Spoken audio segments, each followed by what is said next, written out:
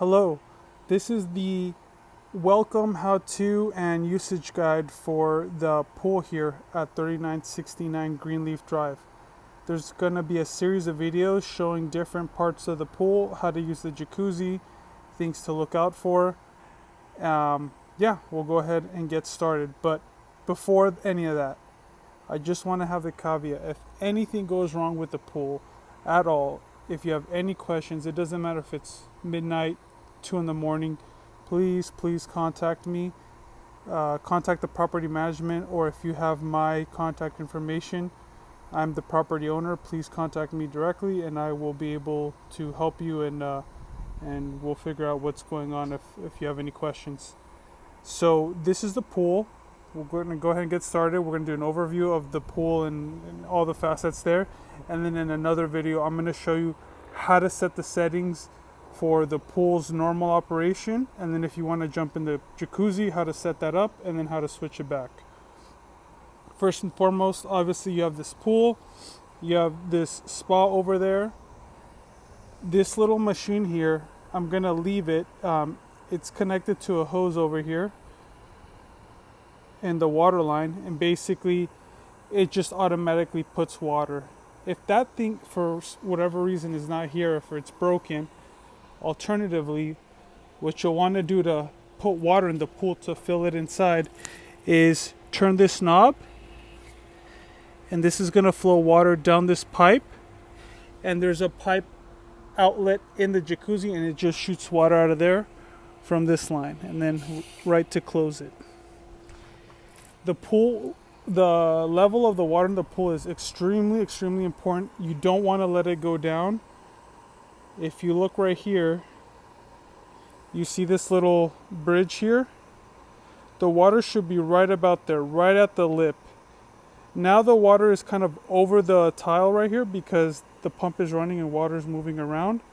But if you see this little edge right there in the tile, the water should be just about there. You could make it a little bit higher too, that's fine as well. As you can see right there, it was kind of halfway up there. But generally you want to keep it right at the bottom of this tile in case you want to jump in the jacuzzi. Because if you want to jump in the jacuzzi and the water level is too high, once you turn on the heater, the cold water is going to move back and forth and it's not going to be great. So just keep it right there at the lip, maybe a little bit higher. During the summer, you need to constantly be checking the water level.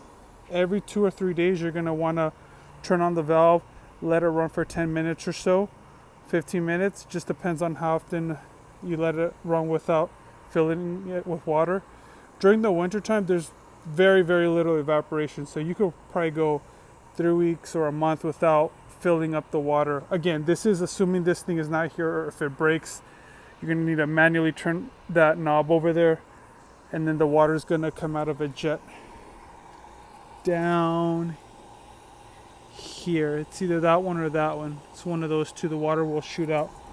Actually, no, it's up higher. It's right here on the tile. You can't really see it, but it's up there. So that's generally the gist of the water level. Never let it go down. If you see the height of this tile, if it's halfway between this white plaster and the top of the tile, if it's in the middle, that's already way too low. You want to make sure, like I said, have the water level there, and that's important. Why? Because of the skimmer. So the water gets sucked in here. There's a little opening, and if you open this, there's a basket. The water comes down here. There's just a little flap, and there's a basket there, and you take out the basket, and there's a hole in there, and the water just kind of goes in there and gets sucked in. Every so often, because this house does have a lot of plants and trees, they used to have a lot more grass and whatnot, there's going to be a lot of debris on the top of the pool that's going to come up here and accumulate in the basket. The basket needs to be emptied every so often. You don't want to let this get full and it's just going to clog everything, and the pool's not going to filter right and it's going to turn green. There's going to be a pool guy who's going to be cleaning the pool, putting the chemicals, cleaning the basket here and the basket over there at the pump. But even still, once the leaves fall from the tree or whatnot, or there's a lot of debris in here, please just come here, check it out, empty it in the trash can, and then put this back in there.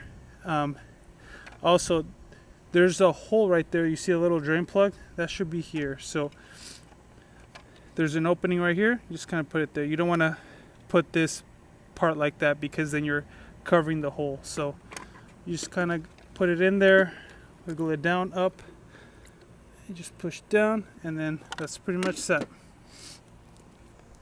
So yeah,